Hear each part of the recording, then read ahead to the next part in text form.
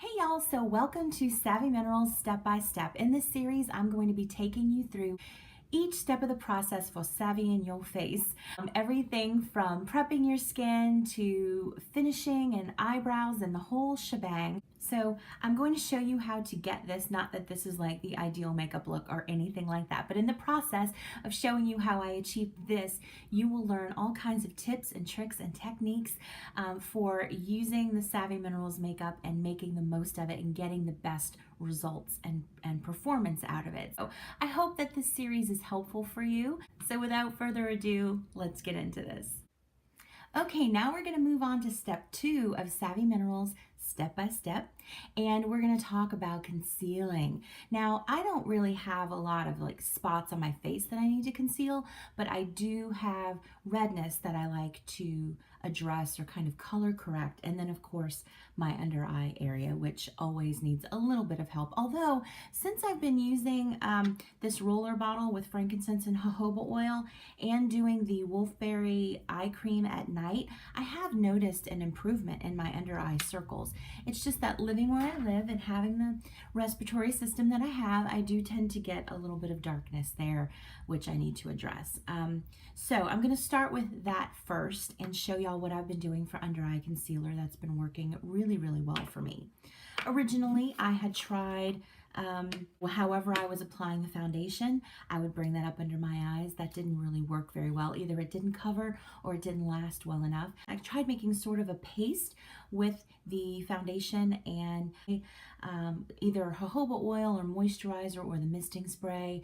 None of those worked. The jojoba oil and moisturizer were too emollient and it would just fall into all the little creepy cracks under there and just melt away and become a creasy mess that just didn't last very long. Using it with the misting spray, it would had a very drying effect under my eyes once it set, and by lunchtime I looked like I had aged about 30 years under my eyes, so that wasn't optimal either. However, I've been having great success baking my under eye area, and because I am the lightest shade, a lot of people use the foundation in one way or another as concealer under the eyes, and they go a shade lighter to add some brightness under their eyes.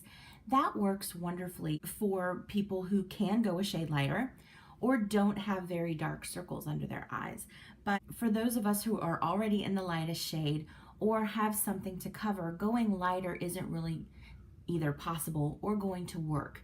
A lighter shade, just like with your skin, a lighter shade of foundation isn't really going to have enough opacity on your skin to properly cover whatever you have going on under there. But I found a layering technique that will give me the coverage that I need and allows some brightening. So I'm going to show you how to do that. So I've already prepped under my eyes with my roller bottle with frankincense and jojoba, and then a little bit of a protective barrier of rose ointment.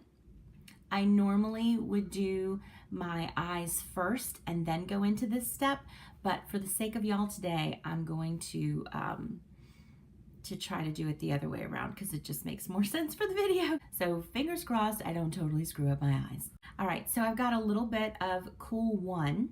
And the reason that I'm using Cool One is because the pinky tone in it will kind of counteract the dark circles that I have. If you have more blue or purple dark circles under your eyes, you're going to want to use the warm foundation. So I've got some Cool One on here, and I'm just going to, just like I would normally bake anywhere else, I'm just going to lightly press it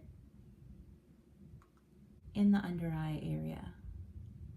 And I'm using as light a layer as I possibly can while still achieving coverage. Less is always best. It helps the makeup to last better and you don't waste product. Okay, so you see there, I've gotten some pretty good coverage, but I want to add some brightness. So what I'm going to do is I'm going to take my sponge and I dipped it lightly, very lightly, into the diamond dust, and then I'm going to press it even more lightly over my under eye area. Now, I don't know if you can see that. I'm hoping that you can. You can definitely see the shimmer. that is not typically a look that you want for your under eye area. So what I'm gonna do is I'm gonna take the sponge one more time and dip very lightly, very, very lightly into Cool One again. And even more lightly, pat it over the top. Now, the purpose of that is to take down the shimmer that's in the diamond dust, but still allowing for the brightness that it provides. And I'm just gonna let that sit under my eyes. Now, if you have spots on your face that you would like to conceal, what you can do is sort of make a super concentrated tinted moisturizer. So I've put some minerals in the cap here with the tiniest amount of moisturizer, and I'm just going to combine it in the lid. You can see that with a pencil brush. And you basically want a paste sort of quality to it, or consistency. So if you can see that there, it's a nice kind of paste consistency. And I'm just gonna get a little bit, I'm gonna wipe off as much of the excess from mixing. Normally, one would do spot concealing after they've applied their foundation. However, because this is mineral makeup and it's powder based, you would probably do better doing your spot concealing first. Of course, if you're using the tinted moisturizer style, then you could do it after. So I'm just going to demonstrate. I have this these tiny little red spots right here. So you just lightly dab and then kind of go just outside so that there's no harsh edge. And there you see, they've disappeared. So that's spot concealing. You could also bake if you have large areas that you need additional coverage like I do with my rosacea. You could also bake.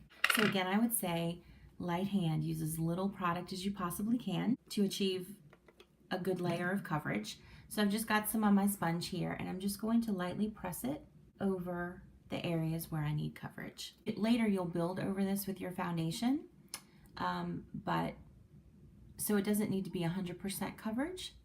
So I'm just gonna bake over my trouble spots, which are my cheeks, my nose, my chin, and this like area right over my eyebrows. Okay, and there you see I've taken the redness down quite a bit. I'm gonna let that sit into my skin while I do my eyes, and then complete the coverage with the minerals and a brush. Okay, so that was step 2 of Savvy Minerals step-by-step concealing. We're going to move on to step 3 next, and that is eyes. So thank you so much for watching. If you found this video helpful, please give it a thumbs up and consider subscribing. It doesn't cost you anything. Feel free to share this series of videos with your people. That's what it's here for. It's meant to just share information. If you find it helpful and you think it'll be helpful for your group, go right ahead and share. I do not mind at all. And if you have any comments or questions about anything that I shared, please pop those down in the comments section below. I'd love to chat with you there. You can also find me at Savvy Girls Guide on Facebook and Savvy Girls Guide _YL on Instagram. I'd love to chat with you there too. That's it for me today. Thank you so much for watching, and I'll see y'all next time. Bye.